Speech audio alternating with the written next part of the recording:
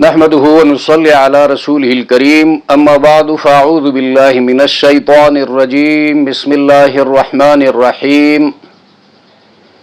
اقرأ باسم ربك الذي خلق خلق الإنسان من علق اقرأ وربك الأكرم الذي علم بالقلم علم الإنسان ما لم يعلم صدق اللہ العظیم۔ میرے قابل قدر ناظرین اور سامعین، السلام علیکم۔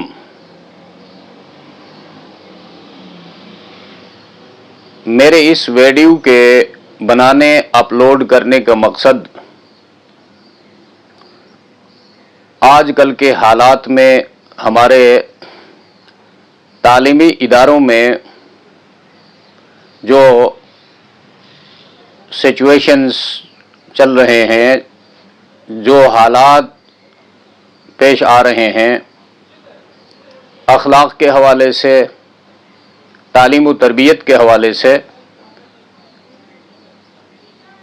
اس بارے میں کچھ ذمہ دار حضرات سے کہنا ہے اور ذمہ داری جو ان کی بنتی ہے، ہماری بنتی ہے، اس حوالے سے کچھ اویئرنیس دینا ہے۔ تو اس ویڈیو میں میرے مخاطبین جن کو میں ایڈریس کر رہا ہوں، کالجوں کے، یونیورسٹیوں کے وائس چانسلرز، ڈین حضرات، چیئرمین، ذمہ دار پروفیسرز اور پراکٹرز ہیں، اس کے بعد سینئر اسٹوڈنٹس۔ اب کئی سالوں سے ہم دیکھ رہے ہیں اور خود میں دیکھ رہا ہوں، اور میں اپنے اسپیچز میں، اپنے درسوں میں اور کلاسوں میں بھی سمجھانے کی کوشش کرتا چلا آیا ہوں بار بار کہ تعلیمی اداروں میں صرف تھیوری نہیں پڑھانا ہے، صرف پروجیکٹس ہی نہیں دینے ہوتے ہیں، اور صرف جو ہے جی پی اے بڑھانا نہیں ہوتا ہے، بلکہ انسان کو انسانیت کا درس دینا ہوتا ہے۔ اللہ نے جو صلاحیتیں اس کے اندر پیدا کی ہیں، ان صلاحیتوں کو اسٹریم لائن کرنا ہوتا ہے، ان صلاحیتوں کے استعمال کا طریقہ آنے والے اسٹوڈنٹس کو بتانا ہوتا ہے، اور پھر یہی اسٹوڈنٹس آگے چل کر ہمارے حکومتی مشینری کا حصہ بنتے ہیں۔ کوئی انتظامیہ میں چلا جاتا ہے، اور کوئی فارن آفس پہنچتا ہے، کوئی آرمی جوائن کرتا ہے، اور کوئی اسکالر بنتا ہے، انہی اداروں کی طرف واپس آتا ہے پڑھانے کے لیے۔ تو ٹیچرز قیادت فراہم کر رہے ہوتے ہیں قوم کو، اور قوم کے یہ بچے ان اداروں میں آتے ہیں، اور ان اداروں سے پھر تعلیم کے زیور سے آراستہ ہو کر اور ادب کا جوہر ساتھ لے کر باہر نکلتے ہیں۔ آتے ہوئے یہ ایک لے مین کی حیثیت سے آتے ہیں، گاؤں سے اور کسی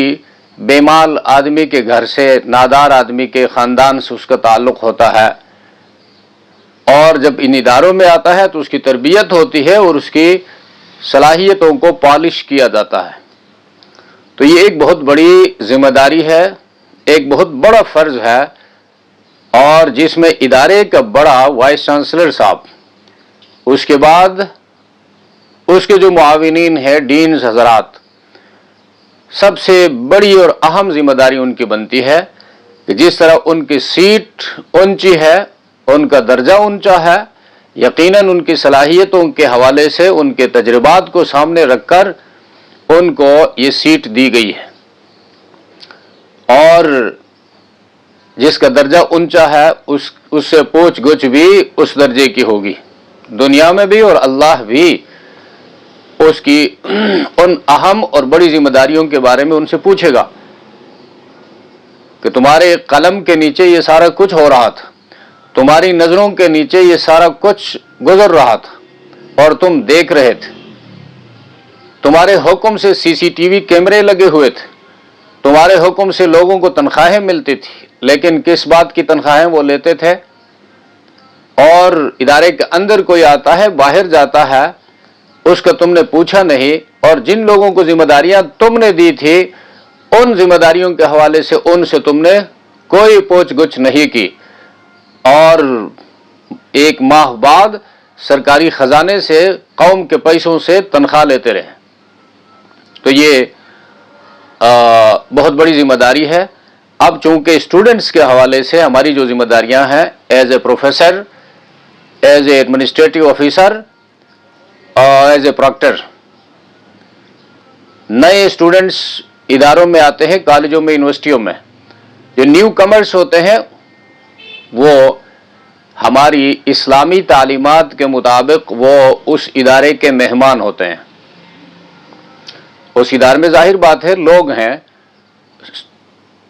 آفیسرز ہیں, سپورٹنگ اسٹاف ہیں اور سینئر اسٹوڈنٹس ہیں,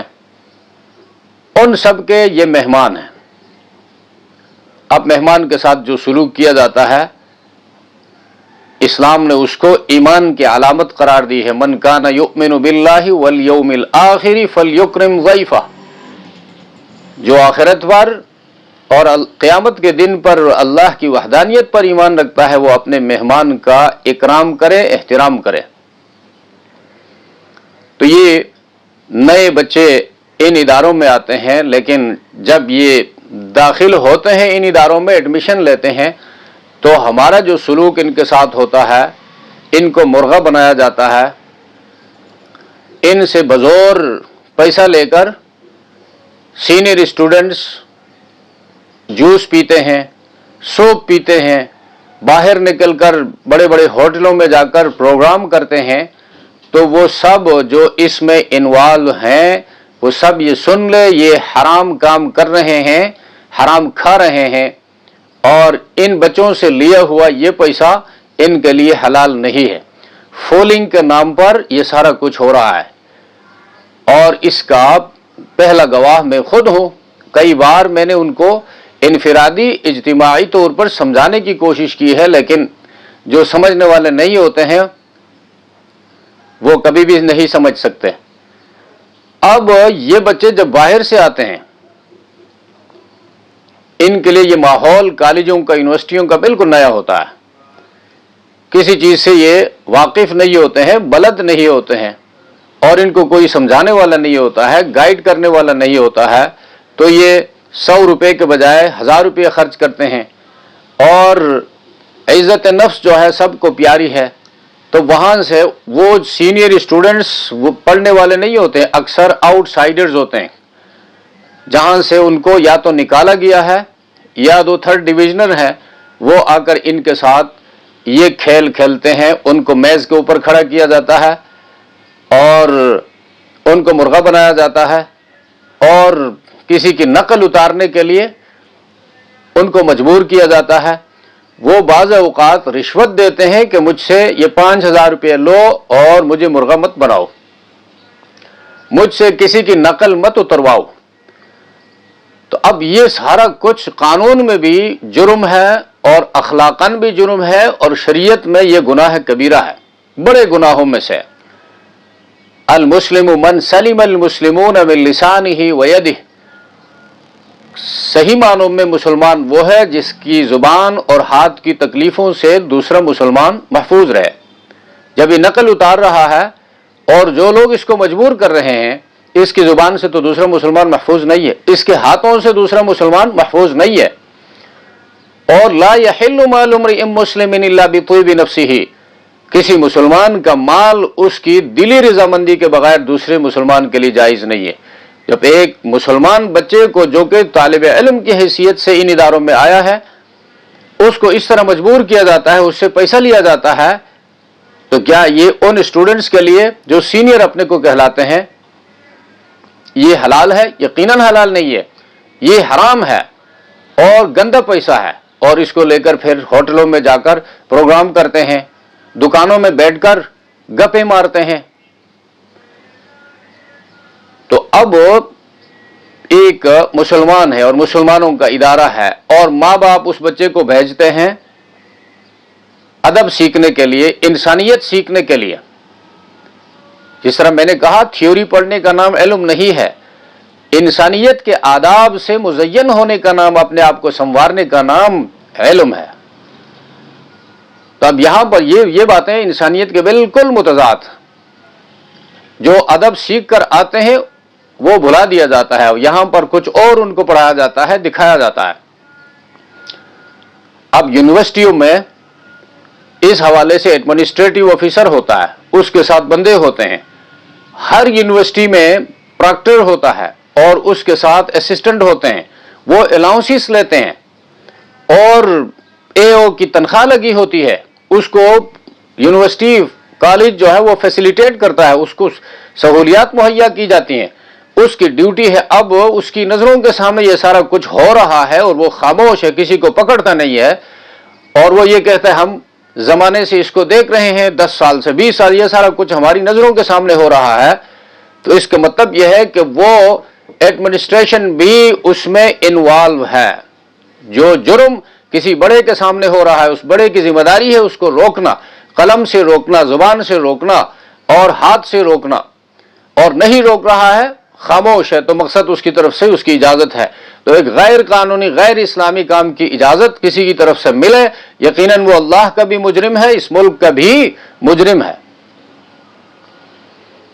اور پھر اداروں میں ان کو آئس پلایا جاتا ہے، ان نیو کمرس اسٹوڈنٹ کو مجبور کیا جاتا ہے مختلف لان میں چمن میں لے جا کر کہ چرس پیو ہمارے سامنے، سگریٹ پیو ہمارے سامنے، اور یہ نسوار کھاؤ ہمارے سامنے۔ اب چرس اور تعلیمی ادارہ اور چرس یہ آگ اور پانی ہے قانون کے حوالے سے۔ اب چرس خود حرام ہے، آئس خود حرام ہے، اس نئے آئے ہوئے بچے کو اس حرام کام پر مجبور کیا جاتا ہے۔ اور پھر یہ کہاں سے آتا ہے؟ وہ بھی بالکل برملا تعلیمی اداروں میں یہ سارا کچھ ہو رہا ہے، اور اس کے اوپر جو لوگ ہیں، جو نگران ہیں، جن کی یہ ذمہ داری ہے، وہ خود بھی ان لوگوں کے ساتھ ملے ہوئے ہوتے ہیں۔ اب بات کون کرے گا، سنے گا کون، سمجھائے گا کون؟ اب کسی سے بات کی جائے تو کہتے ہیں جی نشاندہی کرو کون پیتا ہے۔ اب اتنا بڑا کمعقل تو کوئی نہیں ہوگا کہ نشاندہی کر کے اپنے لیے کام ڈھونڈے۔ بھئی ہر بندے کو سمجھنا یہ ہے کہ یہ میری ذمہ داری ہے۔ جہاں چرس پیا جا رہا ہے، چرس سمگل کرتے ہیں، کس راستے سے وہ آتا ہے، وہ اس بندے کی ذمہ داری ہوتی ہے، اس کا ایکسپیرینس ہے، اس ایکسپیرینس کے نتیجے میں اس کو یہ کام سونپا گیا ہے۔ لہذا میری گزارش بڑوں سے یہ ہے کہ اس حوالے سے تھوڑا اویئرنیس کی ضرورت ہے، اور پھر درجہ بدرجہ جتنے ہمارے یونیورسٹیوں کے آفیسرز ہیں ان کی بھی یہ ذمہ داری ہے کہ اس قوم کے بچوں کے اوپر ہم رحم کریں۔ اور پھر پراکٹرز ہیں، چیف پراکٹرز ہیں، اور ان پراکٹروں کی یہ ذمہ داری ہے کہ اخلاقی غیر اخلاقی کاموں میں وہ تمیز کرے۔ جو جہاں غیر اخلاقی کام ہوتا ہے، چاہے وہ کھانے پینے کے حوالے سے ہے، چاہے وہ حرکات و سکنات کے حوالے سے ہے، ان کو پکڑ کر قانون کے حوالے کرے۔ اور پھر ایک اور خطرناک بات یہ ہے کہ بلسفیمیس میٹیریلز میں یہ بات داخل ہے، کسی کو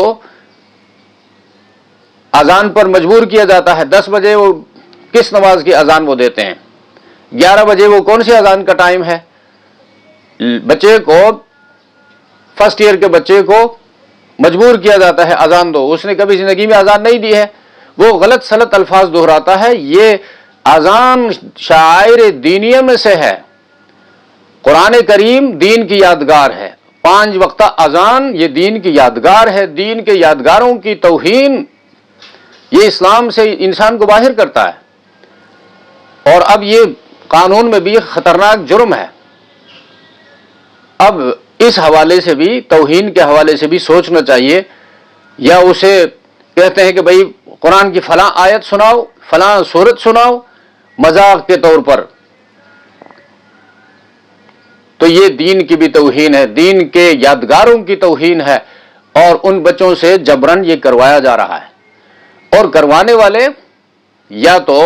اسی یونیورسٹی کے ہیں اور ان کا بہت بڑا بہانہ یہ ہے کہ جی ہمارے ساتھ یہ کیا گیا ہے اور ہم بھی کریں گے. بھئی کرے کوئی بھرے کوئی.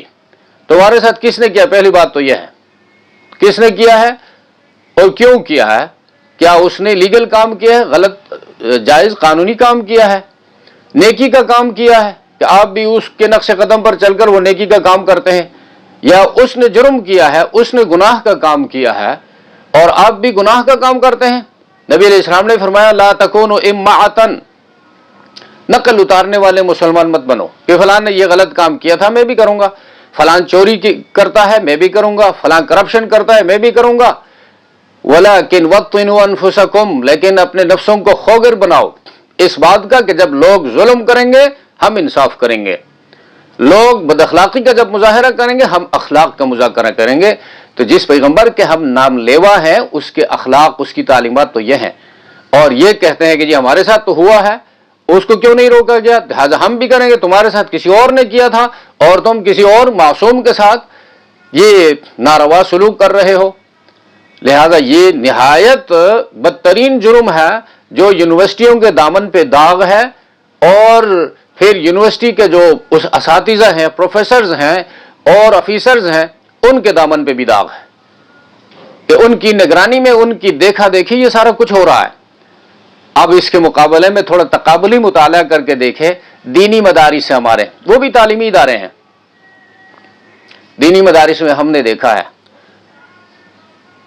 اساتذہ ہیں وہ بھی اخلاق کا ایک اعلیٰ نمونہ پیش کرتے ہیں، اور جو نئے اسٹوڈنٹس آتے ہیں اور سینئر اسٹوڈنٹس ہوتے ہیں، 1 سال سینئر ہے، 2 سال ہے، 5 سال سینئر ہے،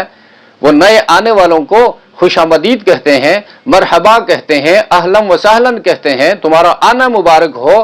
اور پھر یہ نہیں کہ آنا مبارک ہو اور مدرسے کے اندر جا کر اس کی بے عزتی کرتے ہیں، نہیں. دینی مدارس اس حوالے سے ہمارے لیے رول ماڈل ہیں. اب وہاں پر کوئی نئے اسٹوڈنٹ آتا ہے، وہاں پر چونکہ عمر کی کوئی قید نہیں ہوتی ہے،